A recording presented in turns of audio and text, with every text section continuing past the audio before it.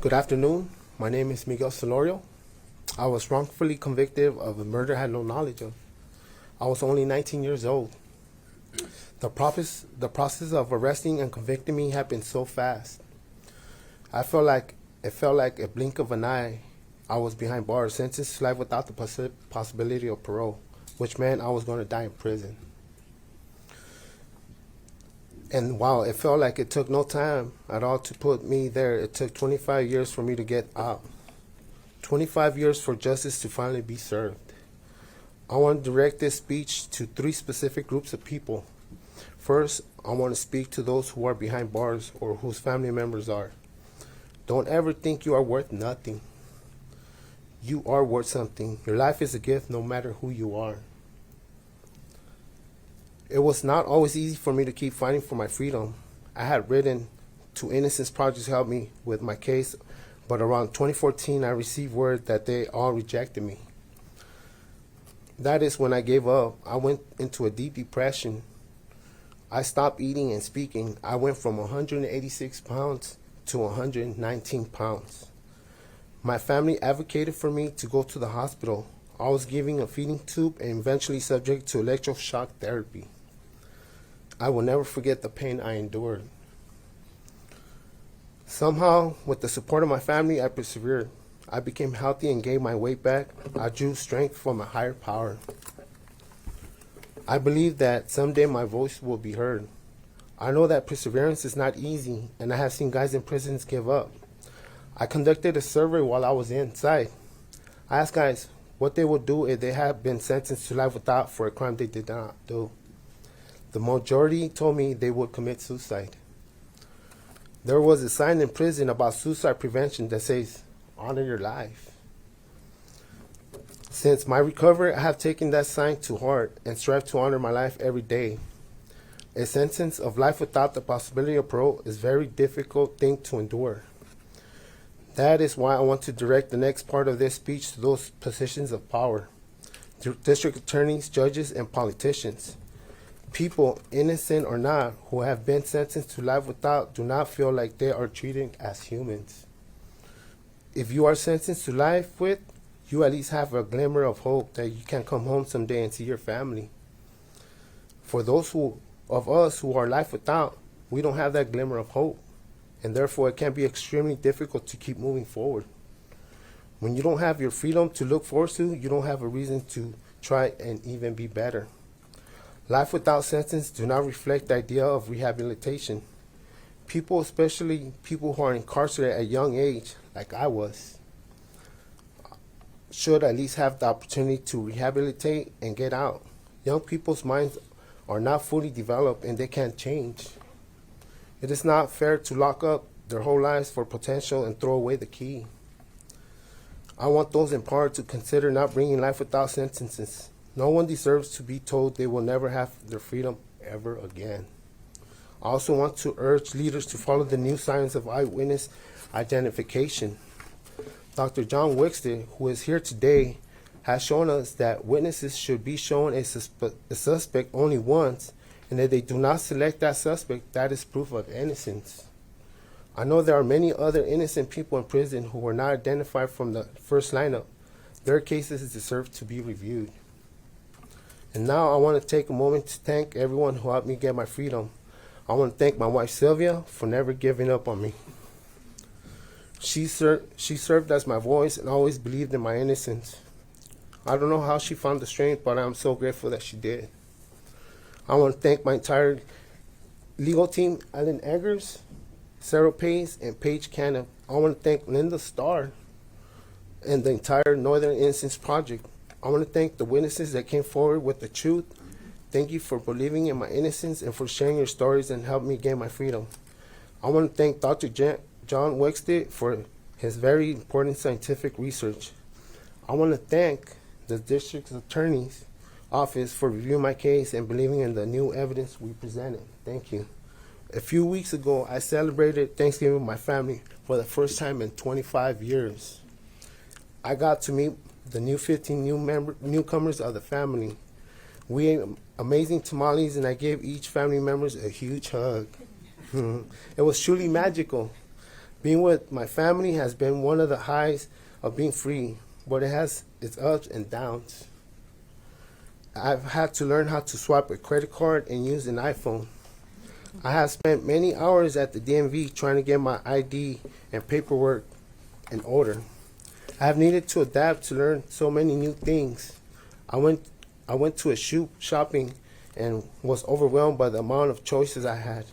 I'm a positive person and who always has a smile on my face, but that does not mean that I do not struggle with the trauma I went through on the inside. Healing is a process. I am taking it one day at a time and striving to enjoy every moment. I seize every opportunity I am given because I have spent enough of my life waiting. I let my story be a lesson to everyone. Life is precious. Don't take it for granted. Thank you.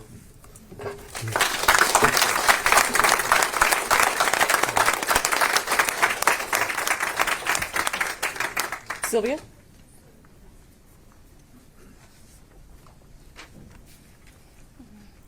Good afternoon, everyone. I'm Sylvia, Miguel's wife, his voice, his advocate. This has definitely been a long journey. It took a lot of endurance, a lot of patience and courage. There were a lot of challenges along the way with this case. However, I never gave up. I always try to find different ways for the truth to be known.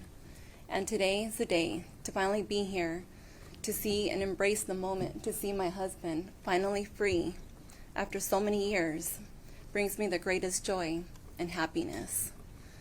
This is the biggest blessing, to see him finally home. And I believe it's important for all of us to speak up when we see injustice. Even when challenges arise, never give up. Always keep trying to find those doors to be opened. With that being said, I love you, and it's been the biggest blessing ever. Thank you, everyone.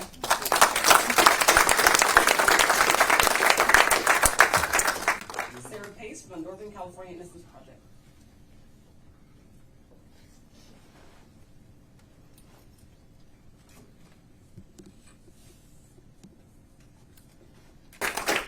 Giovanni Hernandez.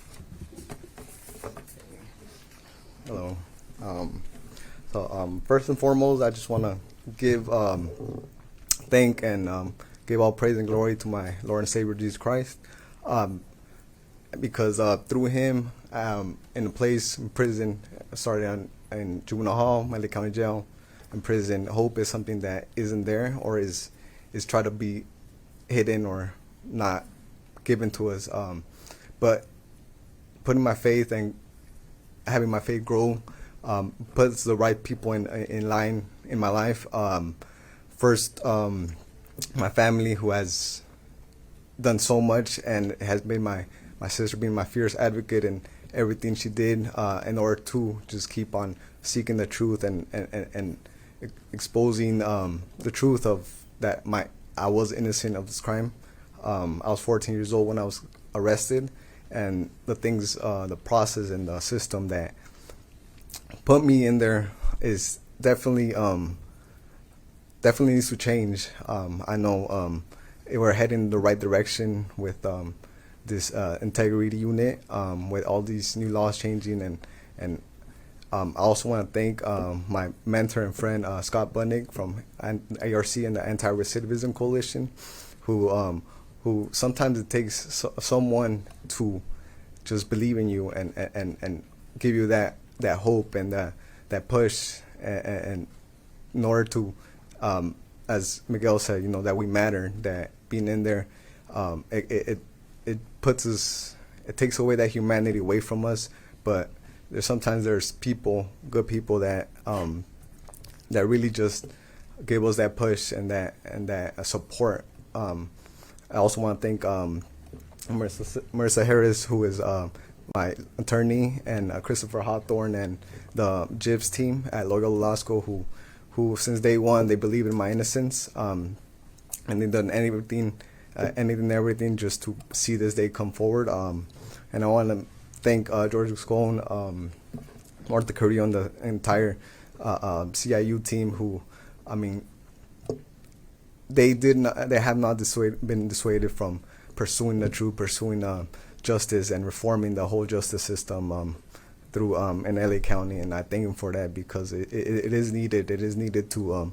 On my case, Miguel's case, it's not unique. There are more people in there who are innocent of a crime they did not commit, and I want to thank him for that, because we need a change in the system. We need change in our juvenile system, and I just want to be that voice for those who cannot speak, who are still in juvenile hall, in the county jail, fighting their case, or in prison, spending decades for a crime they did not commit. Even those who did, I believe in second chances and forgiveness, and definitely that is something that I want to start the next chapter of my life, pursuing and advocating for those who cannot speak. And yeah, thank you.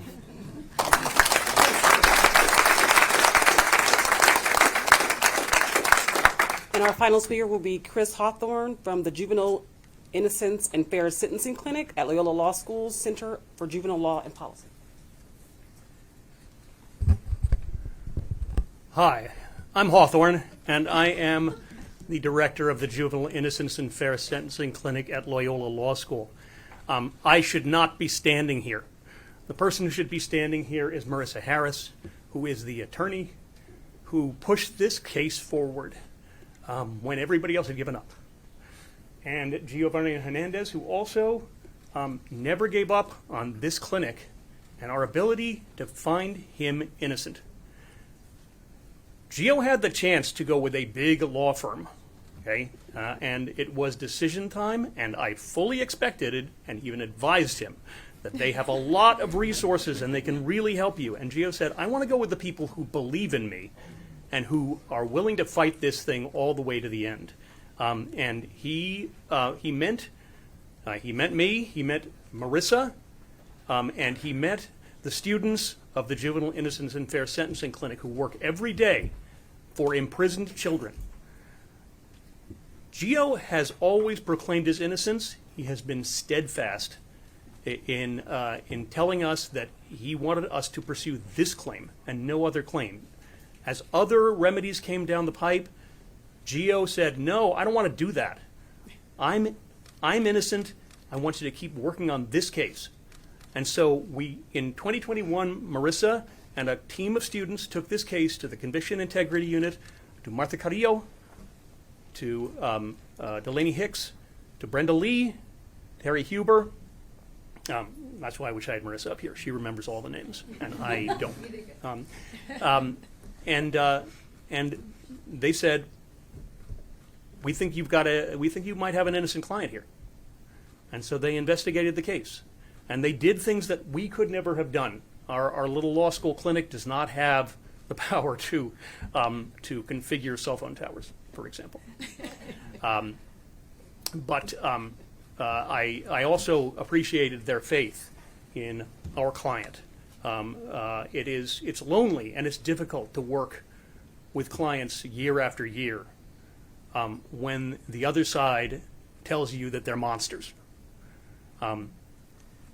We cannot go back to those days when people who say they care about children are putting children in prison. We cannot go back to those days, and we are at grave risk of going back to those days right now.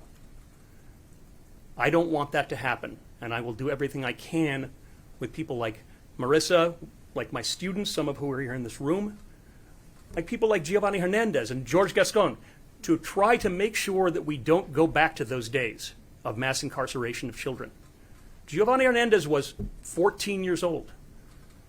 And make no mistake, people expected him to die in prison. 50 years to life is functional life without parole. He would have died in prison. Today, he would not even have left juvenile jurisdiction. I want to thank the entire post-conviction team at the district attorney's office. Diana Turan, especially, who oversees a number of these units. Joe Niguez, who put me in touch with this district attorney's office and allowed us to start working with them. And I'd like to know if I've forgotten anybody, and Marissa's going to tell me. I did okay. All right. That's what I like to hear, actually. Is that I'm doing okay, and that's why I have these amazing people working for me, so that they can tell me I'm kind of doing an okay job. I appreciate that everybody recognizes what we have known for a long time, that Giovanni Hernandez was innocent of the crime for which he was convicted. He never should have gone. He should have never been investigated.